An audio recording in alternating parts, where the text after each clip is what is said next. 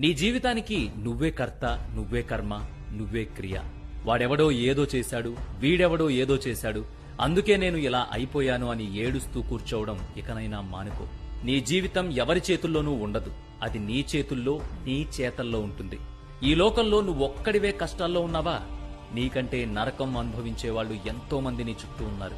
వాళ్ళని ఓసారి చూడు. వాళ్లంతా అలుపనేదే లేకుండా అనుక్షణం జీవిత పోరాటం చేస్తూనే ఉన్నారు. వాళ్లకంటే నువ్వు ఎందులో తక్కువ? లే, బ్రతికున్నంత వరకు నీ గెలుపు పోరాటం ఆపకు.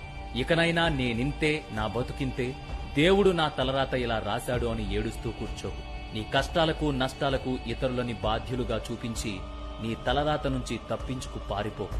నువ్వు తలుచుకుంటే నీ జీవితాన్ని ఖచ్చితంగా మార్చుకోగలవు.